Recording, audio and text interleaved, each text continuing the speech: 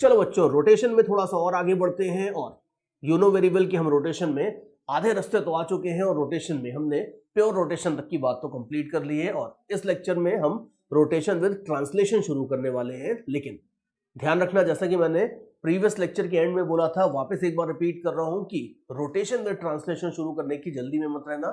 Just make sure कि ये start करने से पहले प्योर रोटेशन आपको अच्छे से मास्टर कर लेना है। जनरली प्योर रोटेशन के लेक्चर्स देखने के बाद, समझने के बाद, जनरली मैं एक्सपेक्ट करता हूं कि कुछ दिन स्टूडेंट्स प्रॉब्लम प्रैक्टिस वगैरह करेंगे, चीजें थोड़ी सी पक्की करेंगे और उसके बाद कुछ दिन का मतलब है 2 दिन भी हो सकता है, 4 दिन भी हो सकता है, 1 हफ्ता भी हो सकता है, व्हाटएवर, जितना भी आपको टाइम लगता है उतने टाइम में आप पहले प्योर रोटेशन की अच्छे से प्रैक्टिस करो, उसके बेसिक कंसेप्ट को मास्टर करो और उसके बाद ही आपको आना है रोटेशन विद ट्रांसलेशन पे। लेकिन फॉर दोज ऑफ यू जो रोटेशन विद ट्रांसलेशन के लिए प्रिपेयर कर चुके हैं, मतलब प्योर रोटेशन को अच्छे से मास्टर कर चुके हैं, तो चलो अपन पूरे जोश के साथ शुरू करते हैं अभी रोटेशन विद ट्रांसलेशन। और देखो, रोटेशन विद ट्रांसलेशन में भी यू माइट रिकॉल कि हमने देखा था कि 4 सेक्शंस होंगे, kinematics, dynamics, work energy, power और एंगुलर मोमेंटम। बिल्कुल सही। तो यही 4 सेक्शंस अपन देखने वाले हैं, जिसमें आपको ये भी याद होगा कि काइनेमेटिक्स तो इतना सा होता है, यहाँ पे भी वही होने वाला है। इनफैक्ट प्योर रोटेशन की काइनेमेटिक्स में तो फिर भी 2-4 चीजें थी,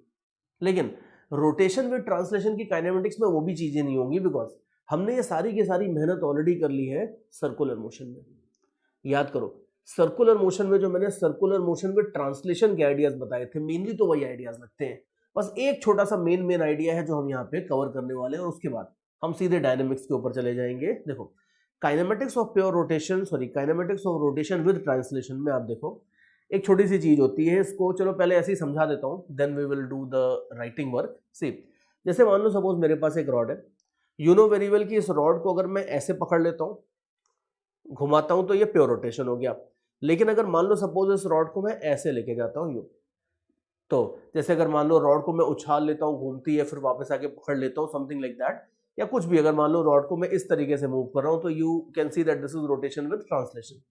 अब आप ये देखो कि रोटेशन विद ट्रांसलेशन में एक छोटा सा बड़ा सिंपल सा पॉइंट है, और पॉइंट ये कि अगर मान लो कोई बॉडी रोटेशन विद ट्रांसलेशन कर रही है और आप एक चींटी बन जाते हो और चींटी बन के आप बिल्कुल उसके किसी एक पॉइंट के ऊपर बैठ जाते हो, तो आप ये देखो कि जिस पॉइंट के ऊपर आप बैठ गए, आप तो ऑब्जर्वर हो और हर ऑब्जर्वर अपने आप को स्टेशनरी समझता है, तो जिस पॉइंट के ऊपर आप बैठ गए वो पॉइंट तो स्टेशनरी दिखेगा और आपको क्या लगेगा कि यार मैं तो यहां बैठा था, ये पॉइंट तो मूव नहीं कर रहा था। अब आप ये पॉइंट को अगर फिक्स कर दोगे एक तरीके से, तो यू कैन इजीली सी कि रॉड का मोशन ऑब्जर्वर को, यानी कि चींटी को रॉड का मोशन सिर्फ ऐसा दिखाई देगा यू, जबकि एक्चुअली अगर आप देखो तो रॉड अगर ऐसे जा रही थी तो चींटी भी बड़े कॉम्प्लिकेटेड से पाथ में जा रही थी, लेकिन चींटी अगर अपने आप को स्टेशनरी समझेगी तो उसको सिंपली लगेगा कि भाई आई वाज स्टेशनरी, और रॉड सिंपली आपकी ऐसे मूव कर रही थी। और खाली रॉड नहीं, कोई भी रिजिड बॉडी ले लो, हर रिजिड बॉडी के लिए ये सेम आइडिया रहेगा कि अगर आप एक ऑब्जर्वर को उस रिजिड बॉडी के ऊपर ही कहीं बिठा देते हो, तो उस ऑब्जर्वर के रेफरेंस फ्रेम में कोई रोटेशन में ट्रांसलेशन नहीं होता है, कोई ऐसा जनरल मोशन नहीं होता है। उस रेफरेंस फ्रेम में या उस बंदे के पॉइंट ऑफ व्यू से अगर आप देखोगे तो आपको सारा का सारा मोशन 100% प्योर रोटेशन का दिखाई देगा, और प्योर रोटेशन तो हम ऑलरेडी मास्टर कर चुके हैं। तो आप सोच के देखो कि ये बहुत छोटा सा पॉइंट है बट मास्टर स्ट्रोक है, बिकॉज हमने ये देखा था कि रोटेशन के 2 सेक्शंस थे बड़े बड़े, प्योर रोटेशन और रोटेशन विद ट्रांसलेशन, और एक सिंगल स्टेटमेंट से, जो मैंने भी दिया, एक सिंगल स्टेटमेंट से हम दूसरे सेक्शन को लगभग पूरी तरीके से खत्म ही कर देते हैं। दूसरे सेक्शन के अंदर जितनी भी प्रॉब्लम्स आएंगी उन सबको हम पहले सेक्शन की प्रॉब्लम बना देते हैं। कैसे कि बस कोई भी ऑब्जेक्ट अगर रोटेशन विद ट्रांसलेशन कर रहा हो तो उसके ऊपर बैठ जाओ, चींटी बन जाओ और उसके ऊपर जाके बैठ जाओ। आप जिस जगह बैठोगे उस पॉइंट के अबाउट ये ऑब्जेक्ट आपको सिंपली प्योर रोटेशन करता हुआ दिखाई देगा। फिनिश्ड। ये बात है। तो ये बड़ी इंटरेस्टिंग चीज है, ये छोटा सा है बट बड़ा खतरनाक और बड़ा इंटरेस्टिंग कंसेप्ट है, बिकॉज इससे किसी भी रोटेशन विद ट्रांसलेशन की प्रॉब्लम को प्योर रोटेशन में कन्वर्ट किया जा सकता है। और प्योर रोटेशन के तो हम चैंपियन बन चुके हैं ऑलरेडी। प्योर रोटेशन में एक बार कन्वर्ट हो जाएगा तो फिर तो अपन देख लेंगे, कोई बड़ी बात नहीं है। और ये जो कोर प्रिंसिपल होता है, इस कोर प्रिंसिपल को हम काइनेमेटिक्स में देखते हैं और उसको पूरे के पूरे रोटेशन में ट्रांसलेशन में हम आगे चल के यूज करने वाले हैं। तो सिंपल सी बात है, मैं इसको जरा ड्रॉ वगैरह भी कर देता हूं कि अगर मान लो सपोज मेरे पास एक रिजिड बॉडी है, कुछ भी रॉड वॉड, और अगर मान लो सपोज मैं इसके ऊपर किसी पॉइंट के ऊपर बैठ जाता हूं, तो ये रॉड अगर मान लो ऐसे मूव करती है, रॉड अगर मान लो यूं गई है तो यू कैन इजीली सी कि जो स्क्रीन के ऊपर रॉड है ये इसने रोटेशन भी किया है और ट्रांसलेशन भी किया है। अगर मान लो सपोज रॉड आपकी ओरिजिनल पोजीशन से ग्रीन पोजीशन तक आ जाती तो हम इसे प्योर ट्रांसलेशन बोलते हैं, लेकिन इसके साथ साथ रॉड ने रोटेशन भी किया है। तो अगर ट्रांसलेशन भी है रोटेशन भी है तो जनरल मोशन तो डेफिनेटली है रॉड का। लेकिन अगर मान लो सपोज आप इस पॉइंट ओ के ऊपर बैठ गए हो तो ध्यान से देखो, आप रोटेटिंग रेफरेंस फ्रेम में नहीं बैठे हो। अगर आप पॉइंट ओ के ऊपर बैठ गए हो तो आपको रोटेशन तो बिल्कुल दिखाई देगा, लेकिन आपको ये ट्रांसलेशन बिल्कुल नहीं दिखाई देगा। आपको लगेगा कि भाई मैं तो अपनी जगह बैठा था और रॉड सिंपली रोटेट कर गई है बाय एन एंगल थीटा। तो ये बात है कि किसी भी रोटेशन प्लस ट्रांसलेशन की प्रॉब्लम में आप रिजिड बॉडी के ऊपर ही अगर किसी पॉइंट पे बैठ जाते हो तो उस पॉइंट के अबाउट रिजिड बॉडी आपको प्योर रोटेशन करते हुए दिखाई देगी। ये एक बड़ा कोर और इंपॉर्टेंट कंसेप्ट होता है जो कि हम काइनेमैटिक्स में देखेंगे। बाकी काइनेमैटिक्स में और कुछ खास बात नहीं है, लेकिन आई विल स्टिल सजेस्ट कि आप सर्कुलर मोशन में जो हमने रोटेशन विद ट्रांसलेशन देखे थे चीजें, उनको थोड़ा रिवाइज जरूर कर लेना। बिकॉज जैसे याद करो, हमने देखा था कि व्हील मूव करता था, रोलिंग विदाउट स्लिपिंग होती थी व्हील की, तो हमने देखा था कि उसके ऊपर एक पॉइंट होता था, वो ऐसे ऐसे साइक्लॉइड के अराउंड मूव करता था और साइक्लॉइड की प्रॉपर्टीज वगैरह हमने वहां पे देख ली थी। अब वो जो सेक्शन है बहुत सारी टेक्स्ट बुक्स में उसको रोटेशन में देते हैं, ऑल्दो उसमें रिजिड बॉडी का कोई रोल नहीं था अल्टीमेटली, तो हमने उसको सर्कुलर मोशन में ही देख लिया था, या हेलिकल मोशन जो होता है पार्टिकल का। ये सारी की सारी जो चीजें हैं ये हम ऑलरेडी कवर कर चुके हैं और ये सारी की सारी चीजें आपको थोड़ी सी रिवाइज कर लेनी है और उसके बाद फिर हम आगे चलेंगे अब आगे डायनेमिक्स के ऊपर। लेकिन जो एक छोटा सा फंडा भी हमने देखा, ये फंडा बड़ा काम आने वाला है, बिकॉज इससे अभी देखना हम ऑलमोस्ट सारी की सारी रोटेशन विद ट्रांसलेशन की प्रॉब्लम को प्योर रोटेशन में कन्वर्ट करने वाले हैं। तो चलो अब मैं आपको आगे लेके चलता हूं डायनेमिक्स के ऊपर। So let us have a look at dynamics of rotation with translation. देखो अब ये बड़ा सेक्शन है, मतलब ये बस सोचते हैं कि रोटेशन विद ट्रांसलेशन का हर सेक्शन ऐसी बस पेज पलटते पलटते खत्म हो जाएगा, ऐसा नहीं है। खाली काइनेमेटिक्स में ये चीज होती है बिकॉज हम उसमें सारी मेहनत सर्कुलर मोशन में ऑलरेडी कर चुके हैं, लेकिन डायनेमिक्स में अपन काफी टाइम स्पेंड करने वाले हैं। फिर थोड़ा सा हम एनर्जी में भी करेंगे और फिर एंगुलर मोमेंटम में जब हम सारी चीजें सम अप करेंगे तो हम फिर से काफी सारा टाइम स्पेंड करने वाले हैं। So as I was saying, dynamics of rotation with translation के ऊपर आते हैं। देखो यहां पे भी मैं जनरली शुरू में एक रॉड लेके आपको थोड़े बहुत कंसेप्ट समझाने वाला हूं, लेकिन जो कंसेप्ट हम रॉड बना के मैं आपको समझाऊंगा वो सारे के सारे बॉडीज के लिए वैलिड होंगे। तो आप रॉड के लिए समझ लोगे तो उसके आगे बस उसका मोमेंट ऑफ इनर्शिया चेंज करके दूसरी किसी रिजिड बॉडी का रख दोगे तो वो कंसेप्ट सेम रहेगा। But for the sake of simplicity शुरू में बहुत जगहों पे मैं रॉड बनाने वाला हूं, but the concepts that we will be looking at will be very general. तो देखो dynamics of rotation with translation में सबसे पहले मान लो जो इसका जनरल फंडा होता है वो मैं आपको एक छोटा सा एग्जांपल लेके ही समझाता हूं। चलो देखो, मान लो सपोज मेरे पास एक रॉड है और ये रॉड को लेके मैं आउटर स्पेस में चला गया हूं, कोई ग्रेविटी फ्रिक्शन कुछ नहीं है, बस आउटर स्पेस में ये बस रॉड सस्पेंडेड है एक तरीके से, ठीक है। मास और लेंथ वेंथ तो हमें पता ही होता है। और उसके बाद मैं क्या करता हूं, मैं कहता हूं ठीक है अब अपने को रोटेशन पढ़ना है यहाँ पे बैठ के, तो हम यहां से क्या करते हैं कि रॉड के इस एंड के ऊपर एक फोर्स लगाना शुरू कर देते हैं। एक ऐसा फोर्स लगाते हैं जो एक तरीके से हॉरिजॉन्टल है। Now don't ask me sir outer space में हॉरिजॉन्टल कैसे होगा। मान लो आउटर स्पेस में मैंने स्पेसशिप को ऐसे पार्क किया हुआ है, तो स्पेसशिप के पैरेलल जो लाइन होती है उसको मैं हॉरिजॉन्टल बोल रहा हूँ सपोज। तो मान लो सपोज रॉड वर्टिकली रखी है और मैं इसके ऊपर एक फोर्स लगाता हूँ हॉरिजॉन्टली, और ये फोर्स हमेशा जो भी होगा रॉड, यू कैन इजीली सी कि अगर आप रॉड के ऊपर ऐसे फोर्स लगाओगे तो रॉड थोड़ा सा बेंड तो होने वाली है आगे चल के, लेकिन जो भी है मैं इसके ऊपर फोर्स हमेशा हॉरिजॉन्टली लगाता रहूंगा। तो ये मैंने फोर्स लगाया है और हम बस खाली इसमें इतना देखने वाले हैं कि ये फोर्स लगाने के जस्ट बाद रॉड का एंगुलर एक्सेलरेशन कितना होगा, इसका एक्सेलरेशन कितना होगा, हम इसकी थोड़ी एनालिसिस करने वाले हैं। आगे चल के रॉड टेढ़ी हो जाएगी, उसका मोशन थोड़ा कॉम्प्लिकेटेड सा होगा, उसकी हम बात नहीं कर रहे हैं। हम खाली ये देख रहे हैं कि हमारे फोर्स लगाने के जस्ट बाद रॉड का मोशन कैसे स्टार्ट होगा। हम खाली शुरू में इसको एनालाइज करके देखने वाले हैं। तो लेट अस सी, मान लो मैंने फोर्स लगाया, तो अब आप देखो कि रोटेशन विद ट्रांसलेशन की प्रॉब्लम्स में सबसे पहली बात तो ये है कि हम जरूरी नहीं है कि torque equal to I alpha लगा सके, सेम याद करके डायरेक्टली लगा सके, आई शुड से याद करके देखो कि हमने torque equal to I alpha जो डिराइव किया था, ये बड़ी इंपॉर्टेंट बात बोल रहा हूं तो ध्यान से सुनना। जो हमने torque equal to I alpha derive किया था याद करो वो हमने प्योर रोटेशन के लिए डिराइव किया था, वो हमने डेरिवेशन में कहीं रोटेशन में ट्रांसलेशन वाली बात नहीं करी थी, प्योर रोटेशन के लिए वो इक्वेशन डिराइव हुई थी। और torque equal to I alpha directly अगर आप चाहो यूज करना चाहो तो उसको आप खाली प्योर रोटेशन के लिए अप्लाई कर सकते हो। और रोटेशन विद ट्रांसलेशन की अगर कोई प्रॉब्लम आती है और उसमें अगर आपको एंगुलर एक्सेलरेशन निकालना है तो हम इसको थोड़ा सा ट्विस्ट करेंगे इस तरीके से कि हम जो थोड़ी देर पहले मैं बोल रहा था कि हम रॉड में किसी एक पर्टिकुलर पॉइंट पे बैठ जाएंगे, उस पॉइंट पे बैठ के इस प्रॉब्लम को प्योर रोटेशन की प्रॉब्लम बना लेंगे और ये बनाने के बाद फिर हम इसमें torque equal to I alpha use करने वाले हैं। तो ध्यान रखना कि torque equal to I alpha खाली प्योर रोटेशन के लिए डायरेक्टली एप्लीकेबल होता है।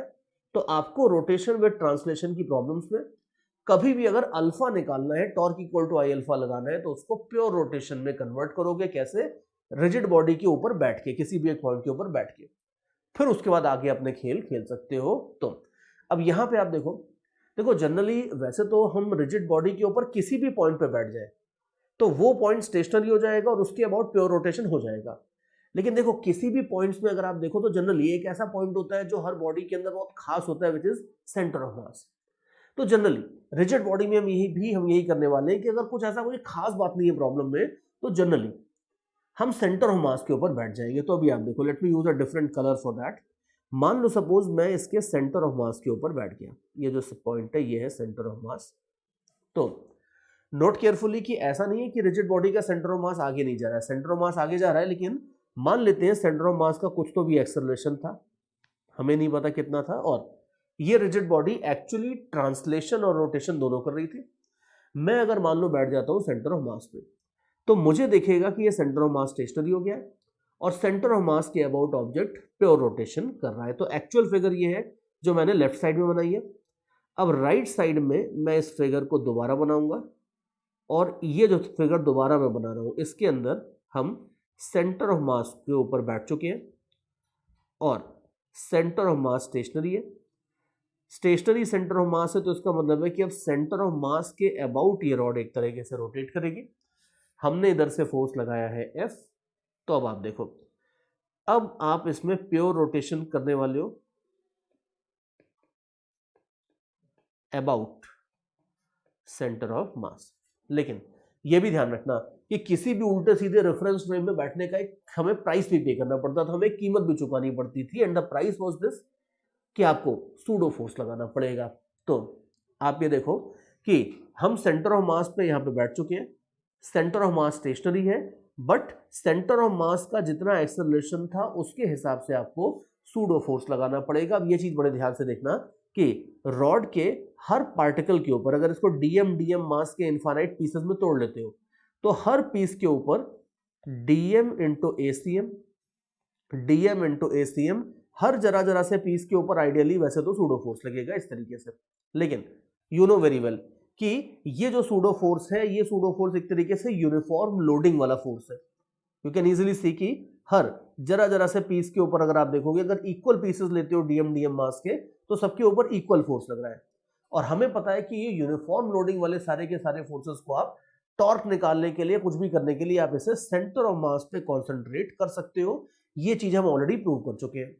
तो देयरफॉर सेंटर ऑफ मास के रेफरेंस फ्रेम में अगर आप देखोगे तो इस पार्टिकल के इस रॉड के ऊपर एक रियल फोर्स जो लग रहा था वो तो लगेगा ही, एक सूडो फोर्स भी लग जाएगा। ये सूडो फोर्स लग जाएगा M इंटू ACM। तो अब सेंटर ऑफ मास के रेफरेंस फ्रेम में जो मैंने फिगर बनाई है राइट साइड में, उसमें आप देखो, उसमें FBD के अंदर ये दो फोर्सेस हो जाएंगे। और अब हम इसके ऊपर torque equal to I alpha लगाने के लिए पूरी तरीके से तैयार है, because now this is the problem of pure rotation. And you can also see कि सेंटर ऑफ मास के ऊपर बैठने का हमें एडिशनल फायदा भी मिलेगा। फायदा यह मिलेगा कि अगर मान लो आप सेंटर ऑफ मास के ऊपर ही बैठे हो तो यू विल सी कि जो ये सूडो फोर्स हमने यहां पे लगाया है M इंटू ACM, इस सूडो फोर्स का टॉर्क बिल्कुल जीरो होगा। बिकॉज एक प्रॉब्लम ये भी है, साइड बाय साइड अगर आप देखोगे तो एक प्रॉब्लम ये भी है कि हमें ACM की वैल्यू तो पता ही नहीं है।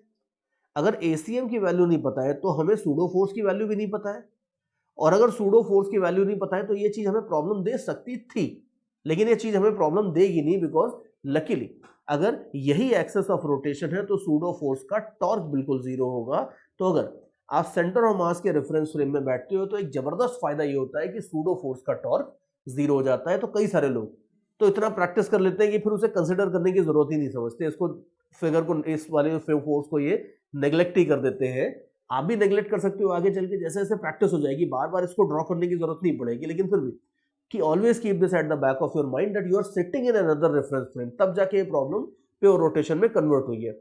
तो आप इसे बना नहीं रहे हो क्योंकि ये बहुत ज्यादा जगहों पे यूजलेस हो जाता है, वो एक अलग बात है। लेकिन फिर भी ये पता होना चाहिए कि ये फोर्स एग्जिस्ट करता है और इसको कभी कभी कुछ क्रूशियल प्रॉब्लम्स में ये लोग यूज कर भी लेते हैं, बट यहां पे कोई बड़ी बात नहीं होगी। यहां पे अगर आप टॉर्क देखो, सब कुछ देख रहे हैं अभी अबाउट सेंटर ऑफ मास, तो टॉर्क अगर आप देखोगे तो ये हो जाएगा F मल्टीप्लाइड बाय L/2।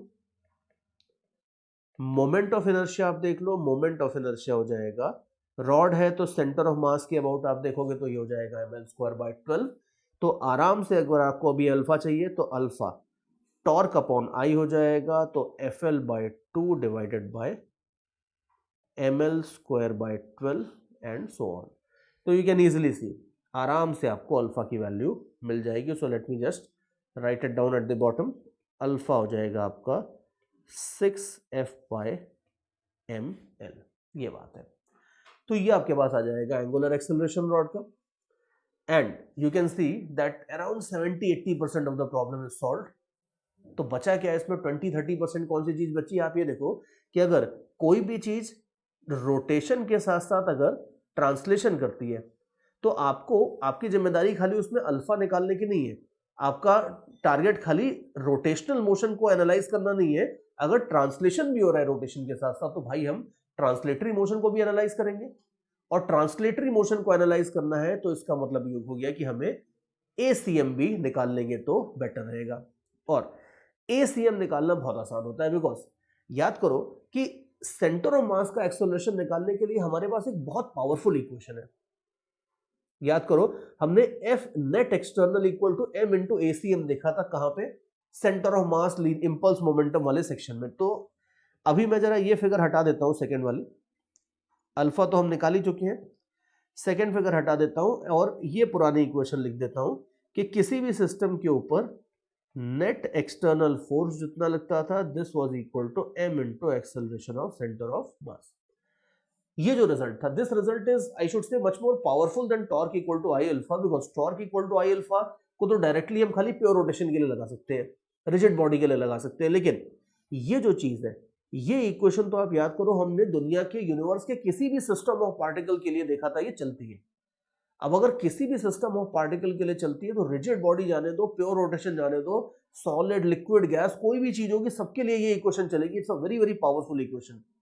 तो इस इक्वेशन का यूज करके हम simply acceleration of centre of mass निकाल लेंगे। हमें tau equal to I alpha लगाने के लिए मजबूरी थी हमारी कि हमें इस पॉइंट के रेफरेंस फ्रेम में बैठना पड़ा था, प्योर रोटेशन बनाना पड़ा था, ये करना पड़ा था, वो करना पड़ा था। लेकिन यहां पे आप देखो कि ये इक्वेशन तो बिल्कुल मतलब पावरफुल इक्वेशन है, तो इसमें हमारी कोई मजबूरी नहीं है कि हमें प्योर रोटेशन बनाना पड़े, ये करना पड़े, वो करना पड़े। हम बिंदास आराम से सेकंड वाली फिगर को तो हमने मिटाई दिया, उसकी रिक्वायरमेंट ही नहीं है। हम असली सच्चाई के रास्ते पे ही चलते हैं, रियल फोर्सेस ही देखते हैं, कोई सूडो वूडो फोर्स की जरूरत नहीं है, कोई रेफरेंस फ्रेम चेंज करने की जरूरत नहीं है।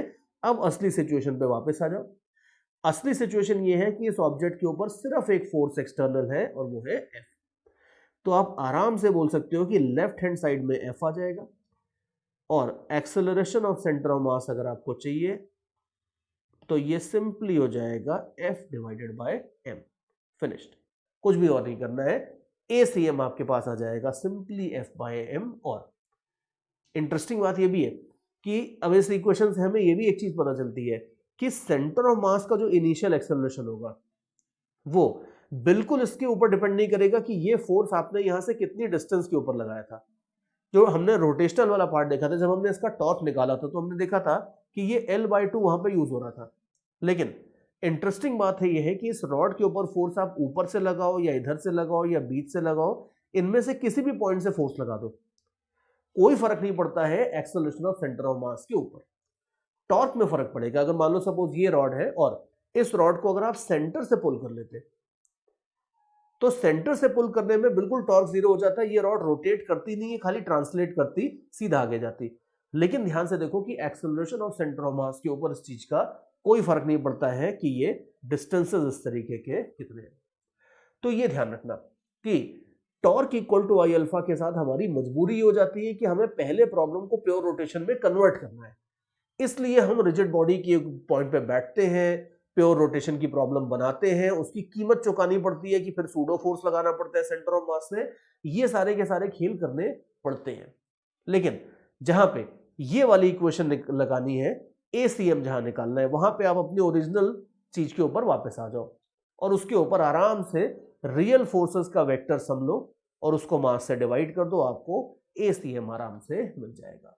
तो ये बात है। अब हमारी एनालिसिस कंप्लीट है कि किसी भी रिजिड बॉडी की, ये तो खैर रॉड थी, लेकिन यू कैन इजीली सी कि रॉड की बजाय कोई भी और रिजिड बॉडी होगी किसी भी शेप की, तो उसका बस आपको मोमेंट ऑफ इनर्शिया यूज कर लेना है। लेकिन इस तरीके से किसी भी रिजिड बॉडी के लिए आप अल्फा की वैल्यू और ACM की value, rotation as well as translation, दोनों की 100% एनालिसिस आप कर सकते हो। और बाकी हमने सर्कुलर मोशन में ऑलरेडी देखा था कि अगर मान लो हम इसके ऊपर और कुछ पूछ लेते हैं, जैसे हमने यहाँ पे, अब आप देखो कि इस प्रॉब्लम में हमने क्या क्या निकाल लिया है, ACM निकाल लिया है और अल्फा निकाल लिया है। कभी कभी आपको ये पूछ लेते हैं कि जो रॉड का टॉप पॉइंट है, लेट अस से ये जो टॉप पॉइंट है ये वाला, ये पूछ लेते हैं कि बताओ रॉड के टॉप पॉइंट के ऊपर अगर मान लो एक चींटी और बैठी है तो इस चींटी का कितना टोटल एक्सेलरेशन होगा, मान लो अगर ये पूछ लेते हैं।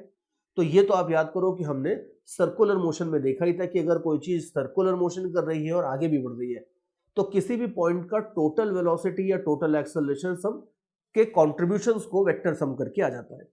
तो अगर मान लो ये टॉप पे चींटी बैठी है और इस चींटी का अगर आपको निकालना है कि भाई इसका टोटल एक्सेलरेशन कितना होगा, तो यू कैन इजीली सी कि इसका जो टोटल एक्सेलरेशन होगा, ये आप सिंपली बोल सकते हो कि ये हो जाएगा ACM प्लस L/2 अल्फा। और हम ACM की भी वैल्यू निकाल चुके हैं, हम अल्फा की भी वैल्यू निकाल चुके हैं, दोनों को आप पुट कर दो। ACM अभी हमने निकाला था F/m, अल्फा हम मिटा चुके हैं, लेकिन आपने जरूर अपने नोट्स में अब तक फटाफट नोट कर लिया होगा, तो जरा चेक करके बताओ ये कितना था।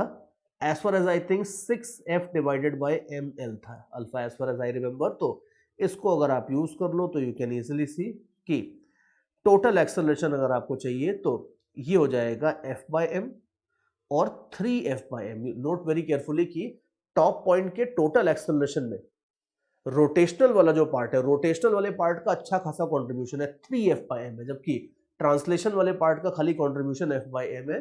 तो जब आप ये फोर्स लगाओगे, ये फोर्स लगाने के जस्ट बाद अगर आप देखोगे तो जो टॉप पॉइंट है उसका टोटल एक्सेलरेशन हो जाएगा 4F/m इन फॉरवर्ड डायरेक्शन। इसी तरीके से आपको और कुछ भी निकालना है, मान लो सपोज आपको चाहिए कि सिमिलरली बॉटम पॉइंट का टोटल एक्सेलरेशन निकाल लो, तो यू कैन इजीली सी कि ACM का तो थोड़ा सा कंट्रीब्यूशन होगा, लेकिन R अल्फा का इसका 3 गुना कंट्रीब्यूशन आ रहा है। तो अगर आप बॉटम पॉइंट देखते हो तो आपके फोर्स लगाने के जस्ट बाद बॉटम पॉइंट का इंटरेस्टिंगली बैकवर्ड एक्सेलरेशन होता है 2F/m, टॉप पॉइंट का फॉरवर्ड एक्सेलरेशन हो जाएगा 4F/m, बॉटम पॉइंट का अगर आप देखोगे तो बैकवर्ड एक्सेलरेशन हो जाएगा 2F/m एंड सो ऑन। इसी तरीके से आप चाहो तो कोई ऐसा भी पॉइंट ढूंढ सकते हो जिसका एक्सेलरेशन 0 भी होगा, मे बी परहैप्स शायद रॉड के ऊपर कोई इस तरह का भी पॉइंट आ जाए जिसका टोटल एक्सेलरेशन 0 भी है, बिकॉज यू कैन सी कि अगर इसका फॉरवर्ड है, इसका बैकवर्ड है, ये भी फॉरवर्ड है इनफैक्ट, तो यू कैन सी कि मोस्ट प्रोबेबली यहाँ पे बीच में कहीं ना कहीं कोई एक ऐसा पॉइंट भी आ जाएगा जिसका टोटल एक्सेलरेशन 0 होगा। तो आप चाहो तो वो सब भी निकाल सकते हो and so on and so fourth. ये बात है। तो ये इंटरेस्टिंग सी चीज है। और इनफैक्ट ये जो 0 एक्सेलरेशन वाला पॉइंट है इसको भी चलो निकाल ही लेते हैं, ये थोड़ा इंटरेस्टिंग हो रहा है। अगर मान लो आपको ये चाहिए कि ऐसा पॉइंट ढूंढो जिसका टोटल एक्सेलरेशन 0 होता है just after this force has been applied. Note carefully कि एक बार रॉड टेढ़ी हो जाएगी तब हमारी ये एनालिसिस सब चेंज हो जाएगी आगे चल के, लेकिन जब तक रॉड सीधी है, मतलब जब फोर्स लगाने के जस्ट बाद वाली सिचुएशन है, वहां पे आपको जो चाहिए वो सब निकाल सकते हो। तो मान लो सेंटर से R डिस्टेंस नीचे मैं एक पॉइंट लेता हूं और we need the value of R such that the total acceleration of this point is 0। ये हमारा प्लान है बेसिकली। तो अब आप देखो कि टोटल एक्सेलरेशन 0 तब होगा जब ACM और R अल्फा कैंसिल हो जाए। तो ACM और R अल्फा इक्वल, ऑपोजिट तो है ही वैसे, हमें पता चल गया, बस हमें इक्वल और करना है इनको। अब आप देख लो कि ACM तो था F/m और अल्फा हो जाता है आपका 4F/m। तो अगर इसको कैंसिल कर देते हो तो अपने पास R की वैल्यू आ जाती है, ये था 4F/ml था अल्फा, तो सॉरी अल्फा की वैल्यू मैंने सही नहीं रखी है, let me just correct this. Alpha हमने निकाला था 6F/ml। अब ठीक है, तो F/m अगर कैंसिल कर देते हो तो R हो जाता है आपके पास L/6। तो इंटरेस्टिंगली जब आपने रॉड के ऊपर फोर्स लगाया है तो रॉड ट्रांसलेट भी कर रही है, रोटेट भी कर रही है, सब बड़ी अच्छी बात है, लेकिन इंटरेस्टिंगली रॉड के ऊपर एक ऐसा खास पॉइंट है जिसका एक्सेलरेशन फोर्स लगाने के, एटलीस्ट फोर्स लगाने के जस्ट बाद अगर आप देखोगे तो इस पॉइंट का एक्सेलरेशन 0 है, और वो पॉइंट हमने निकाल लिया है कि रॉड के सेंटर से L/6 डिस्टेंस नीचे होगा। And obviously you don't have to memorise these result, these are just interesting चीजें दिख रही है तो अपन निकाल ले रहे हैं, लेकिन कोर कंसेप्ट आपको बड़े अच्छे से समझ लेना है। ठीक है, एक बार जरा मैं समराइज कर देता हूं। जो कोर कंसेप्ट है वो बड़ा सिंपल सा है कि अगर मान लो सपोज मेरे पास कोई ऑब्जेक्ट है जो translate as well as rotate कर रहा है, तो हमारा जो बिल्कुल फंडामेंटल कंसेप्ट था वो ये था कि आप अगर उसके ही किसी मॉलिक्यूल पे जाके बैठ जाओगे तो वो चीज आपको प्योर रोटेशन करती हुई दिखाई देगी। लेकिन फिर हमने डायनेमिक्स में देखा कि अगर ये काम करोगे तो जिस पॉइंट पे बैठे हो उसका जितना एक्सेलरेशन होगा उसके हिसाब से आपको सेंटर ऑफ मास से एक सूडो फोर्स लगाना पड़ेगा, और उस सूडो फोर्स का जो टॉर्क है वो सारा टॉर्क वॉर्क लेके आप torque equal to I alpha लगाओगे। Torque equal to I alpha लगाने से पहले हमें प्योर रोटेशन में कन्वर्ट करना पड़ेगा, because torque equal to I alpha हमने देखा था कि डायरेक्टली हम प्योर रोटेशन के लिए लगा रहे थे। तो पहले सूडो फोर्स लगा के प्योर रोटेशन में कन्वर्ट करो, फिर torque equal to I alpha लगा के अल्फा निकाल लो, एक बात। और दूसरा हमने देखा था कि अगर ACM निकालना है तो हमारी F equal to M into ACM वाली जो इक्वेशन थी, ये बिल्कुल जनरल इक्वेशन है, तो इसमें कोई फर्क नहीं पड़ता, इसमें आपको प्योर रोटेशन में कन्वर्ट करने की जरूरत नहीं। अपनी जो ओरिजिनल फिगर होती है उसी में आप इस इक्वेशन को लगा दोगे तो आपका काम 100% चल जाएगा। तो ये बेसिक आइडिया होता है, और इसी को भी मैं और एग्जांपल्स लेके रॉड ही लूंगा और रॉड का यूज करके मैं इसको और एग्जांपल्स ले लेके इस आइडिया को थोड़ा सा कॉन्क्रीट करूंगा, फिर उसके बाद हम इसमें और आगे चलेंगे। चलो भाई, सेम कंसेप्ट को इलस्ट्रेट करने के लिए let me take another very interesting example. अभी देखो चीजें थोड़ी सी और इंटरेस्टिंग होने वाली हैं। अब की बार सिचुएशन ये है कि मान लो सपोज मैं एक कार में बैठा हूं, सामने जो ड्राइवर है वो गाड़ी चलाने वाला है, कार अभी स्टेशनरी है और मैं यहाँ पे आके गाड़ी में बैठ जाता हूँ। गाड़ी में बैठने के बाद अभी दरवाजा थोड़ा सा खुला हुआ है, मैं अंदर कुछ सामान वामान सेट कर रहा हूँ लेटेस्ट से, और ड्राइवर साहब जल्दी में है, और मान लो सपोज अभी दरवाजा खुला ही है, ड्राइवर देखता नहीं और गाड़ी आगे चला देता है, which is a very unfortunate thing, लेकिन मान लो गाड़ी आगे चला देता है। तो यू कैन इजिली सी कि अगर मान लो बहुत ज्यादा फिजिक्स नहीं लगाते हैं, अगर आप फिजिक्स को थोड़ा साइड में भी रखते होगा तो यू कैन इजिली सी कि अगर सडनली गाड़ी चला दोगे एकदम से तो दरवाजे की टेंडेंसी ऐसे वापस स्विंग होने की होगी। या अगर मान लो सपोज फिजिक्स ही लगा के देखना है तो वैसे भी देख सकते हैं कि जैसे ही आप गाड़ी आगे चलाओगे इस दरवाजे के ऊपर एक सूडो फोर्स लगेगा पीछे के डायरेक्शन में, जिसके टॉर्क की वजह से दरवाजे की टेंडेंसी होगी कि वो स्विंग होके वापस बंद हो जाए। तो चलो अच्छी बात है, कम से कम ये है कि अगर गाड़ी आप सडनली आगे चलाओगे तो दरवाजा ऑटोमेटिकली एक तरह से बंद होने की कोशिश कर रहा है। So I just need to keep my hands and feet clear of the door, that's it. लेकिन क्वेश्चन ये कि मान लो सपोज जो गिवन इंस्टेंट है, जिस इंस्टेंट के ऊपर बंदे ने गाड़ी स्टार्ट करी है, आगे बढ़ाई है विद एन एक्सेलरेशन a0, उस इंस्टेंट पे मान लो सपोज ये दरवाजा इस तरीके से गाड़ी की जो बॉडी है उससे एक एंगल मान लो थीटा बना रहा था। दरवाजे का लेंथ, ब्रेड्थ, हाइट जो चाहिए, मास वास चाहिए वो सब दे देंगे, वो कोई प्रॉब्लम नहीं है। हमारा टास्क बड़ा सिंपल सा है कि एज अ पैसेंजर मुझे तो इस चीज में इंटरेस्ट है कि अगर इस बंदे ने गाड़ी एक एक्सेलरेशन a0 से आगे बढ़ा दी है तो दरवाजे का इस इंस्टेंट के ऊपर एंगुलर एक्सेलरेशन कितना होगा। Because see I just have to make sure कि मैं अपने हाथ पैर तुरंत अंदर ले लूंगी तो आई विल गेट हर्ट में भी। तो मुझे इस चीज में इंटरेस्ट है कि भाई दरवाजा कितनी तेजी से वापस आने वाला है। तो my task is simply this, my interest is only in this thing कि इस दरवाजे का एंगुलर एक्सेलरेशन अल्फा कितना होगा just after the person starts the car with an acceleration a0। मान लो भी ये क्वेश्चन है। अब आप सबसे पहले तो देखो कि ये क्वेश्चन प्योर रोटेशन में आता है या रोटेशन विद ट्रांसलेशन में। यू कैन क्लियरली सी कि जो दरवाजा है, ऐसा नहीं है कि दरवाजे का हिंज बिल्कुल फिक्स्ड है और इसके अबाउट ये प्योर रोटेशन कर रहा है। गाड़ी अगर आगे जाएगी तो हिंज भी आगे जाएगा। तो गाड़ी का हिंज आगे जा रहा है और उस आगे जाते हुए हिंज के अबाउट हिंज जो दरवाजा है वो रोटेट कर रहा है। तो यू कैन क्लियरली सी कि दरवाजे का अगर आप मोशन देखते हो तो ये 100% रोटेशन विद ट्रांसलेशन का सिचुएशन है। लेकिन हमें तो पता है कि इसको प्योर रोटेशन कैसे बनाना है। हम ये जानते हैं कि हम इस रॉड के किसी भी मॉलिक्यूल के ऊपर अगर बैठ जाएंगे तो वो फिक्स दिखेगा हमें और उसके अबाउट हमें प्योर रोटेशन होता हुआ दिख जाएगा। अब आप देख लो कि लास्ट क्वेश्चन जो या लास्ट एग्जांपल मैंने लिया था उसमें तो मेरे पास एक रॉड थी, कोई उसमें हिंज विंज लगा नहीं था, सिंपल रॉड थी जिसको मैंने ऊपर से फोर्स लगा के मूव किया था।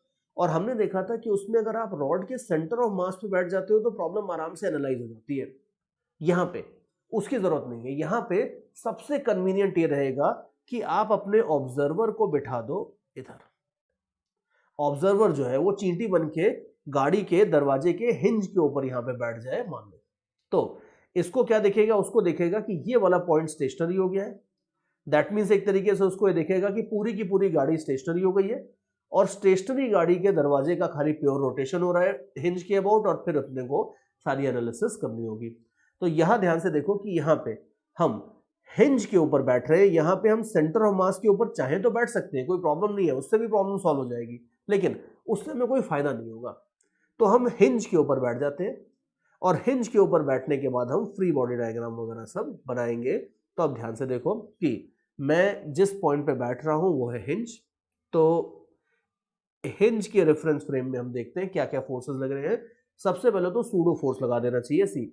हमें पता है कि सूडो फोर्स यूनिफॉर्म लोडिंग ही बनेगा अल्टीमेटली, तो सूडो फोर्स तो लगेगा सेंटर ऑफ मास से। सूडो फोर्स हो जाएगा m multiplied by A not. और अब की बार यहां पे ध्यान से देखो कि ए नॉट गिवन है, आपको ये पता है कि भाई ये गाड़ी का ड्राइवर कितने एक्सेलरेशन से गाड़ी चलाने वाला है, तो ए नॉट गिवन है। तो ये रेड कलर से तो मैंने अभी सूडो फोर्स बना दिया है। इसके साथ साथ और देखो, हमें ये चाहिए कि इस दरवाजे के ऊपर और कौन कौन से फोर्सेस लग रहे हैं। तो आप ये भी देखो कि दरवाजे के ऊपर कुछ हिंज का भी फोर्स लग रहा होगा। हिंज का फोर्स को मैं FH बोल देता हूं सपोज। हमें जनरली पता नहीं होता कि ये पिवट और हिंजेस वगैरह के फोर्सेस कितने हैं, लेकिन कुछ ना कुछ फोर्स तो लगाएंगे। तो गाड़ी अपने दरवाजे के ऊपर हिंज के थ्रू कुछ फोर्स लगाएगी। We have no idea about this force, but this force definitely is there. तो इसको मार्क कर देते हैं। इसके सिवा आप और देखो, गाड़ी के ऊपर वैसे दरवाजे के ऊपर ग्रेविटी वगैरह का भी फोर्स होगा, बट चलो ग्रेविटी नेग्लेक्ट कर देते हैं, ठीक है, ग्रेविटी को लेके परेशान नहीं होते हैं। तो ये दोनों फोर्सेस तो लगेंगे। और अब इसके बाद ये प्रॉब्लम प्योर रोटेशन की ऑलरेडी बन चुकी है। तो अगर ये सारा रोटेशन आप देखते हो अबाउट हिंज, अगर आप ये रोटेशन देखते हो तो यू विल सी कि हिंज के अबाउट अगर आप देखोगे तो टॉर्क कितना हो जाएगा, वो सबसे पहले देख लेते हैं। टॉर्क हो जाएगा आपका mg multiplied by r and सब परपेंडिकुलर कंपोनेंट वगैरह ले लेते हैं। तो यू विल सी कि एम ए नॉट का जो ये परपेंडिकुलर कंपोनेंट है, ये आप देख लो, एम ए नॉट का जो परपेंडिकुलर या वाई टाइप का जो कंपोनेंट है ये हो जाएगा आपका l/2। और थोड़े मैं इस फिगर को थोड़ा बड़ा कर देता हूँ, थोड़े एंगल वैंगल भी मार्क कर देता हूँ for the sake of clarity. तो आप ये देखो कि अपने को अगर एम ए नॉट का टॉर्क चाहिए तो ये है आपका l/2 और ये l/2 cos थीटा होता है, vertical distance l/2 sin theta होता है। तो you will see M a naught into l/2 sin theta. तो ये जरा मैं लिख देता हूं इधर। तो टॉर्क हो जाएगा आपका M a naught into l/2 sin theta. ठीक है, ये तो आपका सूडो फोर्स का टॉर्क हो गया। और अच्छी बात यह कि हमें पता नहीं है कि हिंज का फोर्स कितना था, लेकिन वो हिंज से ही लग रहा है तो उसके टॉर्क लेने की कोई जरूरत नहीं है, तो इसका कोई टॉर्क आएगा नहीं, विच इज वेरी नाइस। तो टॉर्क अगर आप देखोगे तो हो जाएगा M a naught into l/2 sin theta. और मोमेंट ऑफ इनर्शिया और देख लेते हैं। अब ये आप देख लो कि जो डोर है उस डोर को मैं रफली रेक्टेंगुलर मान लेता हूं। तो रेक्टेंगुलर डोर का जो मोमेंट ऑफ इनर्शिया है वो निकालने के लिए आप देख लो कि जैसे अगर मान लो सपोज लेट अस से कि ये रेक्टेंगुलर डोर है इस तरीके से, तो यू नो वेरी वेल कि इसकी हाइट मैटर नहीं करती है। हम इसे कॉन्सेंट्रेट टाइप का कर सकते हैं। याद करो जो हम रेक्टेंगल का मोमेंट ऑफ इनर्शिया वगैरह निकालते थे, तो अगर ये हिंज है, चलो ऐसे दिखाता हूं आपको, ये अगर हिंज है और ये रेक्टेंगुलर डोर है मान लो, इसका हाइट कुछ भी हो, मैटर अल्टीमेटली करती है इसकी लेंथ। तो इसको कंप्रेस कर दो, कंप्रेस करने से एक तरह से रॉड ही बन जाएगा। एंड यू कैन इजीली सी कि रॉड की ये वाली लेंथ अगर एल है तो ml²/3 आपका मोमेंट ऑफ इनर्शिया हो जाएगा। ये चीज है। So let me right that down here. अगर अपने को चाहिए मोमेंट ऑफ इनर्शिया, तो ये मैं जरूर बता देता हूं कि इस रॉड की जो ये वाली लेंथ है, रॉड नहीं डोर है वैसे तो, ये लेंथ अगर एल है तो हाइट कुछ भी होते रहे फर्क नहीं पड़ता है, मोमेंट ऑफ इनर्शिया सिंपली हो जाएगा ml²/3। तो अल्फा हमारे पास ऑलमोस्ट आ चुका है, बस torque upon moment of inertia कर दो तो ये हो जाएगा ma0 L sin θ/2 ml²/3 and so on. तो यू कैन इजीली सी कि कैंसिल वैंसिल करने के बाद 3/2 a0 sin θ/L, ये आपके पास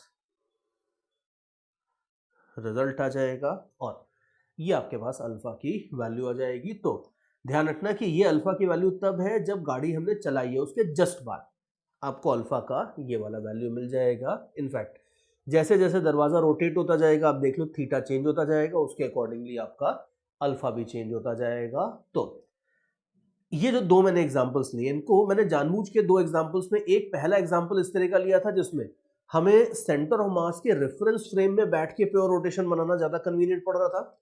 दूसरा एग्जांपल जानबूझ के मैंने इस तरह का लिया है जिसमें हमें इस पॉइंट के ऊपर, मतलब इस पॉइंट का मतलब है कि कोई भी पॉइंट हो सकता था। अगर मान लो मैं ऐसा देता कि एक रॉड है और मैं रॉड के ऐसे किसी भी जनरल पॉइंट को पकड़ लेता हूं, लेट्स से यहां से r डिस्टेंस के ऊपर, और इसको खींचना शुरू करता हूं with a fixed acceleration a0।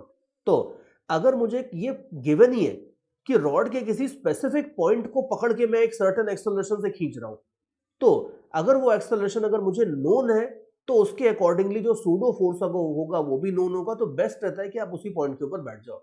लेकिन ये ध्यान रखना कि आगे चल के जो हम क्वेश्चंस देखने वाले हैं उसमें 90% से भी ज्यादा क्वेश्चंस ऐसे होंगे जिसमें हम सेंटर ऑफ मास के रेफरेंस फ्रेम में बैठेंगे और हम रोटेशन अबाउट सेंटर ऑफ मास देखेंगे और ट्रांसलेशन ऑफ सेंटर ऑफ मास देखेंगे। तो ज्यादातर मोर देन 90% क्वेश्चंस में हम एक रोटेशन विद ट्रांसलेशन की प्रॉब्लम को translation of centre of mass and rotation about centre of mass में ब्रेक करने वाले हैं। लेकिन ध्यान रखना कि ये हमेशा जरूरी नहीं है कि हम यही करें। अगर जैसे ये दरवाजा गाड़ी वाला जो क्वेश्चन था, इसमें अगर किसी पर्टिकुलर पॉइंट का एक्सेलरेशन हमें गिवन है या और भी कहीं अगर कुछ कन्वीनियंट होता है, तो हम बिल्कुल 100% ये कर सकते हैं कि हम किसी भी और पॉइंट का ट्रांसलेशन और उस पॉइंट की अबाउट रोटेशन के इस तरीके से भी हम रोटेशन विद ट्रांसलेशन की डायनेमिक्स की प्रॉब्लम्स को 100% ब्रेक कर सकते हैं। Because torque equal to I alpha में कन्वर्ट करना है, वो हमारा मेन आइडिया था। और ऐसा तो कुछ है नहीं कि torque equal to I alpha खाली तब चलता है जब ऑब्जेक्ट अपने सेंटर ऑफ मास के अबाउट रोटेट करता है। Torque equal to I alpha तो जनरल है कि बस प्योर रोटेशन होना चाहिए और किसी भी पॉइंट के अबाउट प्योर रोटेशन हो। आप उस पॉइंट के अबाउट मोमेंट ऑफ इनर्शिया और उस पॉइंट के अबाउट टॉर्क ले लोगे तो आपका काम चल जाएगा। तो कुछ कुछ प्रॉब्लम्स ऐसी जरूर आएंगी जिसमें हम किसी non centre of mass point के ऊपर बैठेंगे, लेकिन ज्यादातर प्रॉब्लम्स में हम सेंटर ऑफ मास के ऊपर बैठने वाले हैं। सो ये बेसिक आइडिया है जिसको यूज करके हम इस पूरे के पूरे सेक्शन को आगे चलाने वाले हैं। This section is big. Rotation with translation में डायनेमिक्स वाला जो सेक्शन है ये बड़ा सेक्शन है, इसमें बहुत कुछ अभी एग्जांपल्स देखने वाले हैं, लेकिन जितने भी एग्जांपल्स देखेंगे उनमें कोर कंसेप्ट अपना यही रहने वाला है। चलो भाई और आगे चलते हैं। And now let me take some good and nice examples and show you कि जो थ्योरी हमने अभी भी देखी है उसको किस तरीके से अप्लाई करते हैं, कैसे उसके ऊपर क्वेश्चंस बनाते हैं। और जैसे क्रिकेट में आपने सुना होगा, जैसे क्रिकेट में अगर मान लो कभी आप बैटिंग सीखने गए हो, अगर मान लो, तो बैटिंग कोचेस अगर आप पूरी समरी देखो बैटिंग की, तो एक लाइन में आप सिंपली बोल सकते हो कि बैटिंग की थ्योरी होती है like watch the ball and hit it where you like. ठीक है, बॉल को देखो अच्छे से और उसके बाद you should be able to hit it and place it wherever you like. Theory तो ये होती है। अगर मान लो सपोज कोई सुपरमैन है फॉर एग्जांपल, मान लो उसको आपको ट्रेन करना है, तो उसको ज्यादा कुछ बताने की जरूरत नहीं, उसको एक लाइन बोल दो कि भाई बॉल देख जिधर आपको, और उसके बाद जहां फील्डर नहीं होगा जैसे होगा, चलो सुपरमैन तो हर बार में 6 ही मार देगा, लेकिन that's basically the core theory. और उसी तरीके से रोटेशन में भी आप देखो, रोटेशन विद ट्रांसलेशन में भी जो कोर थ्योरी है वो तो बड़ी सिंपल सी है कि रोटेशन विद ट्रांसलेशन में रेफरेंस फ्रेम चेंज करके प्योर रोटेशन में कन्वर्ट करो और torque equal to I alpha लगा दो। एसीएम निकालना है तो वापस आ जाओ और कुछ इधर उधर मत करो, एसीएम में आप simply F equal to M into ACM लगा दोगे तो उससे भी काम हो जाएगा। कोर थ्योरी तो इतनी है, लेकिन इसके ऊपर आप देखना इस 2 लाइन की थ्योरी के ऊपर इतनी जबरदस्त वैरायटी के क्वेश्चंस बनते हैं कि उनको क्लासिफाई करना, प्रैक्टिस करना, वो सब अपने आप में एक बहुत बड़ा काम होता है। और वो बड़ा काम अभी अपन स्टार्ट करने वाले हैं। जैसे डायनेमिक्स की तो इतनी सारी प्रॉब्लम्स हो सकती है, यू कैन सी कि हम सबसे पहले तो जरा रॉड्स को ही स्पेसिफिकली लेके थोड़े क्वेश्चंस बनाएंगे। जैसे as you can see the heading here, हम डायनेमिक्स में अभी रॉड्स के मोशन को थोड़ा सा देखने वाले हैं। बहुत सारी मशीन्स होती हैं जिसमें लीवर्स होते हैं, कनेक्टर्स होते हैं, जो सब आपके रॉड के फॉर्म में होते हैं। तो इनका मोशन क्या होता है, कैसे होता है, ये सब हम थोड़ा बहुत देखने वाले हैं। The first section will be this. फिर इसके बाद मैं आपको और आगे लेके चलूंगा, उसके बाद मैं एग्जांपल्स लूंगा व्हील्स से related. That perhaps will be the most important section की जो पहिए होते हैं, वो पहिए कैसे घूमते हैं, किस तरीके से चलते हैं, and so on and so fourth, इस तरीके से। अब इस सेक्शन में मैं इस थ्योरी में एग्जांपल्स बहुत सारे लेने वाला हूं, बट इन सारे के सारे एग्जांपल्स में आप देखना जो कोर थ्योरी रहेगी वो वही रहेगी कि आप tau equal to I alpha और F equal to M into ACM को किस तरीके से कैसे कैसे चालाकी से यूज करते हो, यही थ्योरी रहेगी। बस इसी को अभी खूब अच्छे से प्रैक्टिस करेंगे। अब जैसे पहला एग्जांपल आप देखो, सिंपल बट बढ़िया एग्जांपल है। वही मेरे पास आउटर स्पेस वाली सिचुएशन है जिसमें एक रॉड है। रॉड को मान लो सपोज मैं एक फोर्स एफ लगा के पुल कर रहा हूं इस तरीके से। और क्वेश्चन अब की बार बस इतना सिंपल सा नहीं है कि बस रॉड का अल्फा निकालो और एसीएम निकालो, वो तो हम ऑलरेडी निकाल चुके हैं। अब की बार क्वेश्चन ये कि ये फोर्स लगाने के जस्ट बाद रॉड का जो एक हाफ है, ये अपर हाफ मान लो सपोज, ये अपर हाफ इस लोअर हाफ के ऊपर कितना फोर्स लगाएगा, ये अपने को निकालना है। सी जैसे आप इसको सोच के देखो कि बहुत सारी मशीन्स में प्रॉब्लम क्या होती है कि आप सडनली एक एंड को पुल कर दोगे तो जो लीवर या जो कनेक्टर होता है वो टूट सकता है। अब जैसे वैसे इसको विजुअलाइज करना थोड़ा सा मुश्किल है, बट आप ऐसे देखो कि अगर मान लो एक पतली सी थर्मोकोल की रॉड है और थर्मोकोल की रॉड को सडनली आप यहां से पकड़ के एकदम से खींच लेते हो, तो एक चांस तो रहेगा ना कि वो कहीं ना कहीं टूट सकती है। थर्मोकोल इसलिए बोला because obviously thermocol is easier to visualise. लेकिन बड़ी बड़ी मशीन्स में कई बार ऐसा होता है कि आप सडनली एक एंड को पुल कर लेते हो तो बीच से कहीं ना कहीं चीज टूट जाती है। तो वही अपन निकालने की कोशिश कर रहे हैं कि अगर मान लो सपोज मैं इसको सडनली एक एंड से खींचता हूं विद अ फोर्स एफ, तो इसका एक पार्ट इसके दूसरे पार्ट के ऊपर कितना फोर्स लगाएगा ये हमें निकालना है। और ये फोर्स अगर इसकी ब्रेकिंग स्ट्रेंथ से ज्यादा होगा तो वो टूट जाएगी, अदरवाइज नहीं टूटेगी, एंड सो ऑन। तो अभी टूटने के बारे में ज्यादा नहीं सोचते हम, तो खाली ये फोर्स निकालते हैं। देखो अब इसमें थोड़ा सा उल्टा चलते हैं। सी जैसे अगर मान लो सपोज मैं इसमें ये जो लोअर पार्ट है इसको थोड़ा ब्लू कलर से शेड कर देता हूं। मान लो मेरे को ये चाहिए कि अपर पार्ट लोअर पार्ट के ऊपर फोर्स कितना लगाएगा। तो जो लोअर हाफ है इसको मान लो सपोज मैं ब्लू कलर से शेड कर देता हूं, और मान लो इनके बीच में जो फोर्स है जो अपने को निकालना है, इस फोर्स को मान लो बोल देता हूं एफ डैश। तो आप ये देख लो कि अगर कभी भी इस तरह के फोर्सेस निकालने होते थे तो हम F equal to M into ACM लगा सकते हैं। जो लोअर हाफ है इसके सेंटर ऑफ मास का अगर एक्सेलरेशन मिल जाए अपने को, ध्यान से देखना कि जो पूरी रॉड है उसका सेंटर ऑफ मास इधर है, उसकी बात नहीं कर रहा। अगर मैं लोअर पार्ट के ऊपर F equal to M into ACM लगा दूं, तो किसी तरीके से अगर ये वाले पॉइंट का एक्सेलरेशन अगर मुझे मिल जाता है तो इसको यहां पुट करके मैं एफ डैश की वैल्यू निकाल सकता हूं।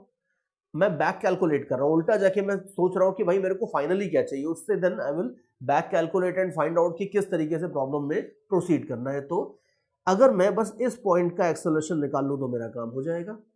और ये पॉइंट कौन सा है, ये पॉइंट आपका सेंटर से L/4 डिस्टेंस के ऊपर है। ये जो लेंथ है ये डिस्टेंस आपका L/4 है। तो सेंटर से L/4 डिस्टेंस के ऊपर जो पॉइंट है, अगर इसका एक्सेलरेशन निकाल लिया तो फिर बाकी सारा का सारा काम हो जाएगा। और भाई इसका एक्सेलरेशन तो हम 100% निकाल लेंगे, बिकॉज याद करके देखो कोई भी चीज अगर translate as well as rotate करती थी तो circular motion as well as translation वाली सिचुएशन थी, तो उसमें किसी भी पॉइंट का टोटल एक्सेलरेशन हम आर अल्फा और सेंटर एक्सेलरेशन ऑफ सेंटर इन सबका वेक्टर सम करके निकाल सकते थे। थोड़ी देर पहले मैंने यही प्रॉब्लम सॉल्व करी थी, तो I just assume a few things here मान लेते हैं अभी अभी हमने निकाला ही था कि इस प्रॉब्लम में सेंटर ऑफ मास का एक्सेलरेशन हो जाता था F/m, और दूसरा अभी अभी हमने निकाला था कि इस प्रॉब्लम में जो अल्फा होता था वो हो जाता था 6F/ml।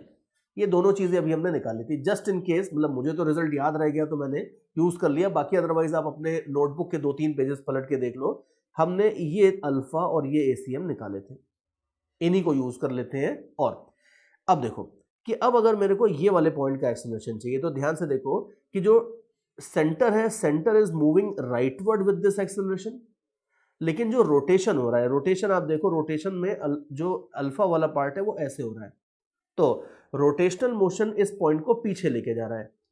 तो रोटेशनल वाला जो होगा, जो आर अल्फा होता है बेसिकली, वो आर अल्फा इसको पीछे लेके जाएगा। तो देयरफॉर यू शुड सी कि इस पॉइंट का जो टोटल एक्सेलरेशन होगा, अच्छा अब ACM को भी मैं थोड़ा सा क्लैरिफाई कर देता हूं, बिकॉज सेंटर ऑफ मास हम शुरू में तो पूरी रॉड का ले रहे हैं, फिर हम आधे पार्ट का लेंगे, तो मैं ये जरा क्लियरली लिख देता हूं कि ACM जो ऊपर लिखा है ये ACM है रॉड का, पूरे कंप्लीट रॉड का, ये था F/m।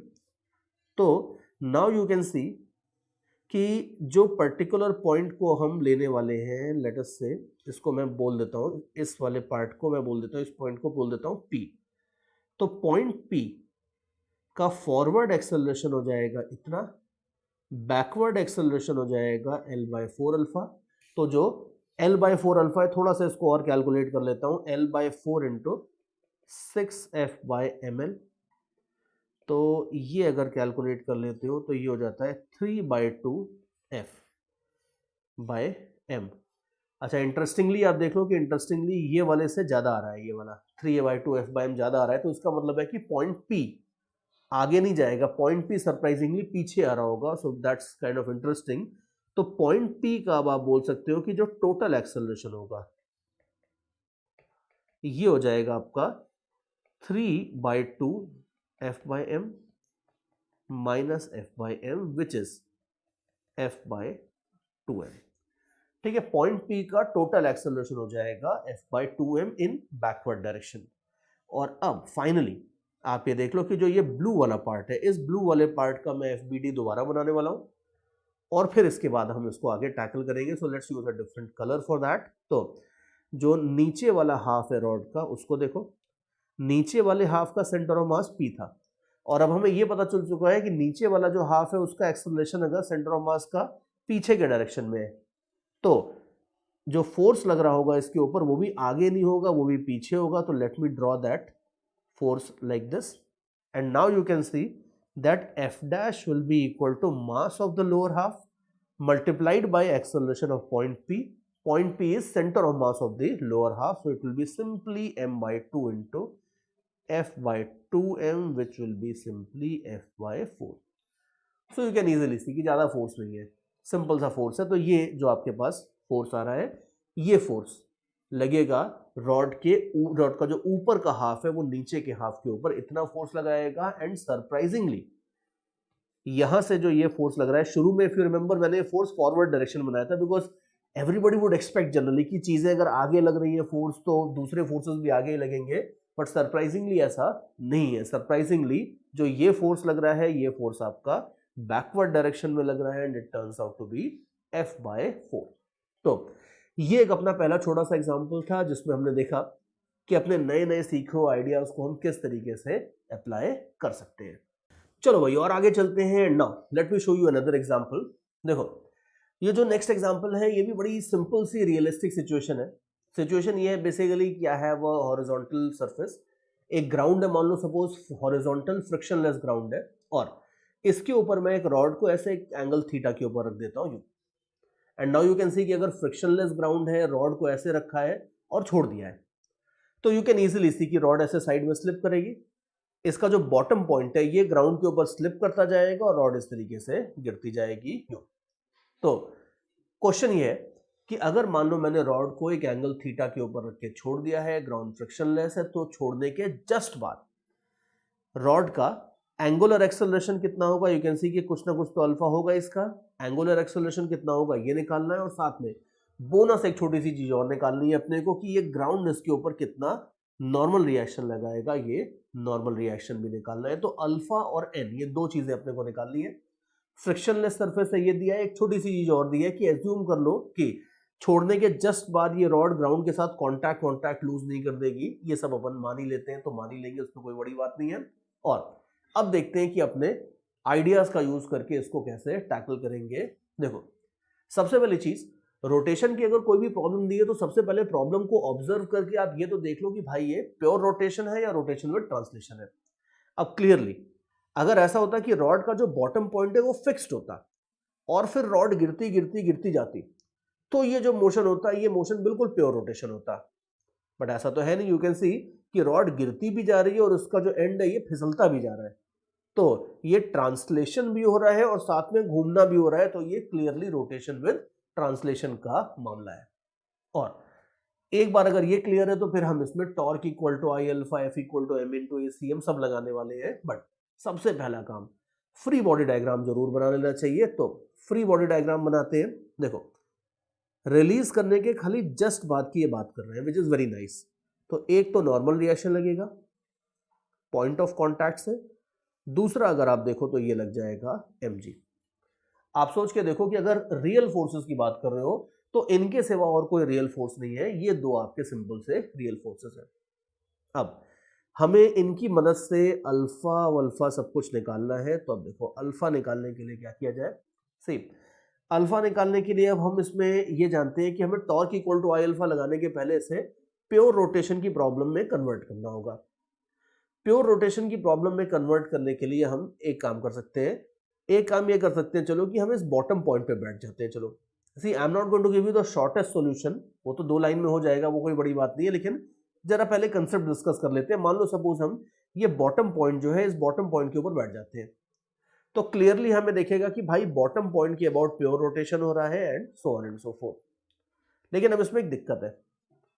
दिक्कत ये है कि बॉटम पॉइंट आगे फिसल रहा है, तो इसका कुछ ना कुछ एक्सेलरेशन होगा बॉटम पॉइंट का।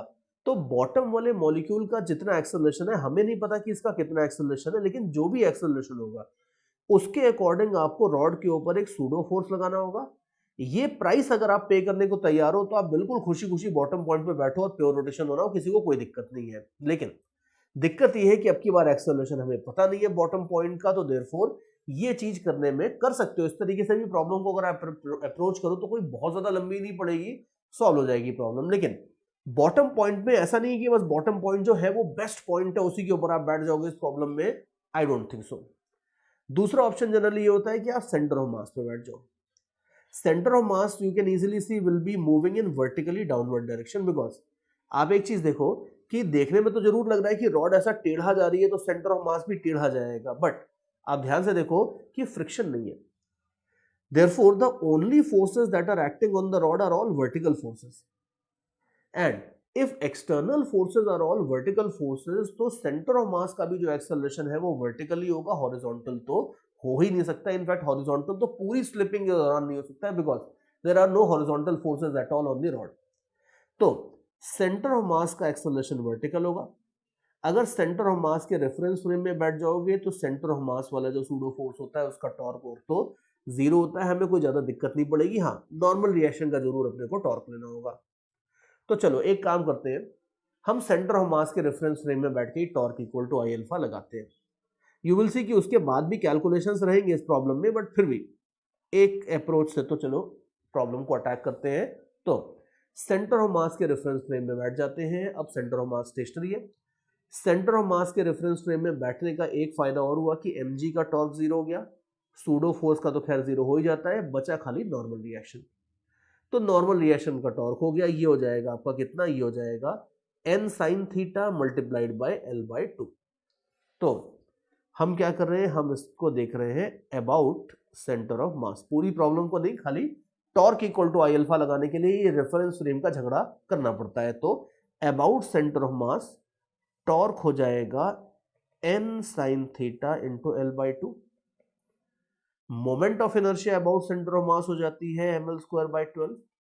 अल्फा को तो अल्फा ही लिखेंगे, तो देयरफॉर थोड़ा बहुत l/2 वगैरह कैंसिल कर दोगे तो आपके पास आ जाएगा n sin theta equal to ml/6 into alpha. ठीक है, सेंटर ऑफ मास के about torque equal to I alpha लगा चुके हैं, एक इक्वेशन ला चुके हैं। लेकिन अब भाई ये देख लो कि अब की बार समस्या ये है कि इस इक्वेशन से सीधे सीधे अल्फा नहीं आएगा, बिकॉज एन भी है, अल्फा भी है और इक्वेशंस की रिक्वायरमेंट पड़ेगी। तो ठीक है, निकाल लेंगे, हमें कोई दिक्कत नहीं है। और देखते हैं इसमें दूसरा, हमें पता है कि हमारे पास दूसरा हथियार होता है F equal to M into ACM, जो कि एक यूनिवर्सल टाइप की इक्वेशन होती है। तो इसमें कोई सूडो वूडो फोर्स की जरूरत नहीं होती। अब आप देखो जो रियल फोर्सेस है, रियल फोर्सेस आप देख लो खाली mg और n है, और रियलिटी में सेंटर ऑफ मास नीचे आ रहा है। तो मान लेते हैं सेंटर ऑफ मास का वर्टिकल एक्सेलरेशन है ACM, तो mg माइनस n, ये दो वर्टिकल फोर्सेस हैं, and this should be equal to m into ACM। ये हो जाएगी आपकी सेकेंड इक्वेशन। तो नोट केयरफुली कि f equal to m into ACM लगाना बहुत आसान होता है, बिकॉज उसमें कुछ रेफरेंस फ्रेम चेंज करने की और कुछ कलाकारी करने की कोई जरूरत नहीं होती, सिंपल सी तरीके से ये इक्वेशन बन जाती है। तो दो इक्वेशन आ गई। अब जरा वेरिएबल काउंट कर लो, दो इक्वेशन दो वेरिएबल, तो फिर अपना काम हो जाएगा। देखते हैं, ACM एक अननोन है, अल्फा एक अननोन है, लेकिन अनफॉर्चुनेटली नॉर्मल रिएक्शन भी आ चुका है, तो तीसरा अननोन है। अब ये बहुत नाइंसाफी है, दो इक्वेशंस और तीन वेरिएबल्स थे, बहुत नाइंसाफी है। तो इसमें एक इक्वेशन अपने को कहीं और लानी पड़ेगी, तब बैलेंस बनेगा, and then we will be able to solve everything. अब एक इक्वेशन कहां से आएगी, because F equal to M A, torque equal to I alpha दोनों लगा चुके हैं। एनर्जी कंजर्वेशन और कंजर्वेशन के कोई कंजर्वेशन लॉज लगाने का कोई मतलब नहीं है, बिकॉज कंजर्वेशन लॉज तो तब लगते हैं जब एक इनिशियल और एक फाइनल पोजीशन होती है। अगर एक इंस्टेंट पे कुछ निकालना है तो उसमें तो ऑब्वियसली कोई कंजर्वेशन लॉ लगाने की सेंस नहीं बनती है। तो तीसरी इक्वेशन कहां से आएगी, और याद करो जहां पे इक्वेशंस कम पड़ जाती थी, वेरिएबल ज्यादा हो जाते थे, तो हमें बचाने आता था कंस्ट्रेंट। यहां पे भी एक छोटी सी कंस्ट्रेंट की इक्वेशन लगेगी, जिससे आपको तीसरी इक्वेशन मिल जाएगी और आपका काम हो जाएगा। आप ध्यान से देखो कि अल्टीमेटली कुछ भी हो जाए, रॉड का जो बॉटम पॉइंट है ये तो हॉरिजॉन्टली मूव करेगा, सिंपल सी बात है। रॉड का जो बॉटम पॉइंट है ये तो हॉरिजॉन्टली मूव करेगा। अब अगर बॉटम पॉइंट हॉरिजॉन्टली ही मूव करेगा, तो इसका मतलब ये है कि इसका कोई वर्टिकल डायरेक्शन में किसी तरह का अगर कोई मोशन नहीं है, तो वर्टिकल डायरेक्शन में इसका एक्सेलरेशन जीरो होना चाहिए। तो जो हमारी कंस्ट्रेंट की इक्वेशन है, let me right this by a different colour, जो कंस्ट्रेंट की इक्वेशन है वो ये कहती है कि रॉड के बॉटम पॉइंट के एक्सेलरेशन का y कंपोनेंट जीरो होगा। यहां से हम ये थर्ड इक्वेशन निकालने वाले हैं। तो अब आप देख लो खूबसूरती फिजिक्स की, बिकॉज रोटेशन में अगर ऐसा कोई रूल होता कि रोटेशन के अंदर दूसरा चैप्टर कोई मिक्स नहीं करेंगे, रूल के अगेंस्ट है, तब तो आप सोच के देखो, in that case rotation perhaps would be a fairly easy chapter, because torque equal to I alpha तो फटाफट लग जाता है। लेकिन इसी में हम सूडो फोर्स और रेफरेंस फ्रेम ऑलरेडी यूज कर चुके हैं, that is one complication already जो हम कर चुके हैं। दूसरा हम F equal to M into ACM मिला रहे हैं, तीसरा हम कंस्ट्रेंट मिलाने वाले हैं। तो रोटेशन के साथ अच्छी बात ही होती है, एक्साइटिंग बात ही होती है कि पुराने किसी भी चैप्टर का कोई भी कंसेप्ट कहीं से आके उठ के खड़ा हो जाता है, और वो torque equal to I alpha के साथ मिक्स कर करके अपने क्वेश्चंस बनाने लगता है। And that is the beauty, जिसकी वजह से रोटेशन की प्रॉब्लम सॉल्व करने में, फ्रेम करने में मजा आता है। तो और हाँ, यू माइट से कि सर आपको तो ब्यूटी और मजा लग रहा है और हमें तो टेंशन हो रहा है कि यार प्रॉब्लम्स कैसे सॉल्व करेंगे, बट ट्रस्ट मी, इसी चीज का अल्टीमेटली मजा आएगा। बिकॉज आप अभी हो सकता है शुरू शुरू में थोड़ी सी प्रैक्टिस करने में प्रॉब्लम हो, थोड़ा सा टफ लगे चीजें, लेकिन एक बार जब प्रैक्टिस कर लोगे, मास्टरी हो जाएगी, तो आपको इन्हीं चीजों में मजा आएगा। बिकॉज जो इजी इजी चीज होते हैं, 2 + 2 = 4 में कौन सा मजा है, लेकिन अगर ऐसे खतरनाक खतरनाक क्वेश्चंस आते हैं जिसमें कुछ ना कुछ दिमाग लगता है, नए नए आइडियाज लगते हैं, that exactly is the exciting and the interesting part. और इसीलिए जेईई एडवांस की प्रिपरेशन बड़ी मजेदार होती है। तो चलो let me move ahead with the constraint part. अब देखो, कंस्ट्रेंट ये बोलता है कि जो ये बॉटम पॉइंट है रॉड का, इसका वर्टिकल एक्सेलरेशन कुछ भी नहीं होगा, ये बात है, ठीक है। तब वर्टिकल एक्सेलरेशन आएगा कहां से, आप ध्यान से देखो। अभी ये देखो कि अगर ये रॉड है, मान लो एक सेकंड के लिए कि ये रॉड खाली रोटेट कर रही होती ऐसे, ठीक है, ये रॉड अगर रोटेट कर रही होती, then look at the bottom tip, bottom point of the rod, अगर ये खाली रोटेट करती एंगुलर एक्सेलरेशन अल्फा से, तो ध्यान से देखो कि बॉटम पॉइंट का एक एक्सेलरेशन हो जाता L/2 मल्टीप्लाइड बाय अल्फा इस डायरेक्शन में। मेरी जो फिंगर है इस डायरेक्शन में, रॉड के बॉटम पॉइंट का एक्सेलरेशन होता, मतलब बॉटम पॉइंट ऊपर उठना शुरू हो जाता अगर खाली रोटेशन होता। तो मैं इसमें वो आइडिया लगाने वाला हूं कि कोई चीज अगर rotate as well as translate करती है तो उसका टोटल एक्सेलरेशन या टोटल मोशन हम दोनों के कंट्रीब्यूशन से निकालते हैं। तो अभी फिगर को मैं थोड़ा बड़ा करूंगा और रॉड के बॉटम पॉइंट को आप फिक्स देखना अच्छे से, उसमें ही सारी चीजें निकल के आएंगी। देखो, अगर मान लो खाली रोटेशन होता तो जो रॉड के बॉटम पॉइंट का मोशन है, एक्सेलरेशन है, वो हो जाता L/2 अल्फा। ठीक है, नोट केयरफुली कि हम सेंटर ऑफ मास के अबाउट रोटेशन देख रहे हैं एक सेकेंड के लिए। तो सेंटर ऑफ मास के अबाउट अगर खाली रोटेशन होगा तो ये होता R, और R अल्फा आपका बॉटम पॉइंट का एक्सेलरेशन हो जाता, विच वुड मेक श्योर कि ये बॉटम पॉइंट ऊपर उठना शुरू हो जाए।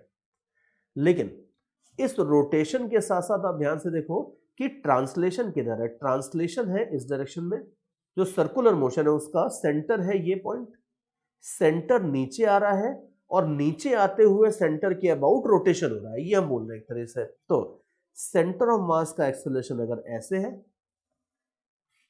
तो ये एक्सेलरेशन का भी कंट्रीब्यूशन ऐड करना होगा। तो देयरफॉर मान लो अगर रोटेशन नहीं होता तो ये पूरी की पूरी रॉड का सेंटर ऑफ मास जितने एक्सेलरेशन से नीचे आता, ये पॉइंट भी उतने एक्सेलरेशन से नीचे आता।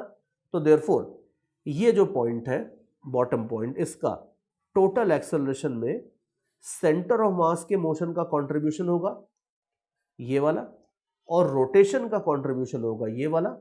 और हमें अब ये इंश्योर करना है कि इन दोनों का कोई वेक्टर सम वर्टिकल डायरेक्शन में नहीं आए, because ultimately it's going to move in horizontal direction. तो L/2 अल्फा को रिजॉल्व कर लो।